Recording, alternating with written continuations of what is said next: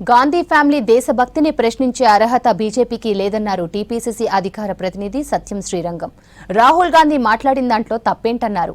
Operation సింధూర్పై అనేక అనుమానాలు ఉన్నాయని, నివృత్తి చేయాల్సిన బాధ్యత కేంద్రానికి ఇది కాదా అన్నారు.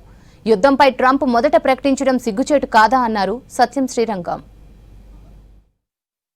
కేంద్ర మంత్రివర్యులు కిషన్ రెడ్డి గారు చాలా అవాకులు చవాకులు మాట్లాడుతున్నారు. హరీష్ రావు గారు కూడా అదే విధంగా మాట్లాడుతున్నారు.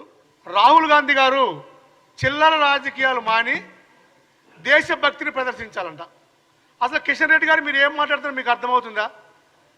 మీరు ఇంకా కూడా కేంద్ర మంత్రిలాగా మీరు ప్రవర్తించబోతే అసలు ఏమనుకోవాలి? రాహుల్ గాంధీ గారు ఏం తప్పు మాట్లాడారు?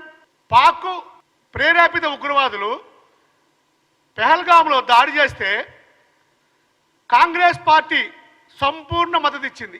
రాహుల్ గాంధీ గారు ఏం తప్పు మాట్లాడారు?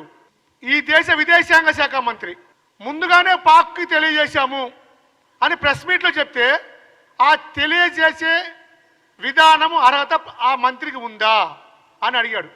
పార్లమెంట్ సమావేశం అత్యవసరంగా పెట్టండి, పార్లమెంట్ సభ్యులందరికీ తెలియజేయండి. లీడర్ ఆఫ్ ది అపోజిషన్గా ఈ దేశంలో ప్రజల మనోభావాలు, ప్రజల కష్టాలు ప్రభుత్వం దృష్టికి తీసుకురావాల్సిన బాధ్యత రాహుల్ గాంధీ గారి మీద ఉంది.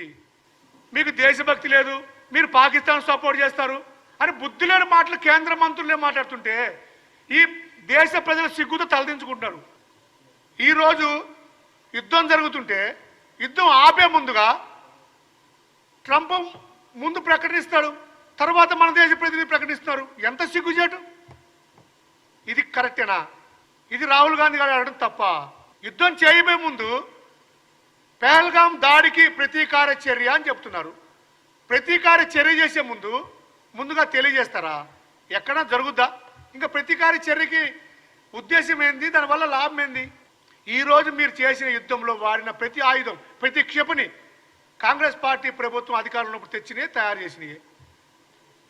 ఇంకా కాంగ్రెస్ పార్టీ దేశభక్తి లేదు, కాంగ్రెస్ పార్టీ పాకిస్తాన్కి ఎక్కడ సపోర్ట్ చేసిన మాట్లాడుతున్నారు కిషన్ రెడ్డి గారు.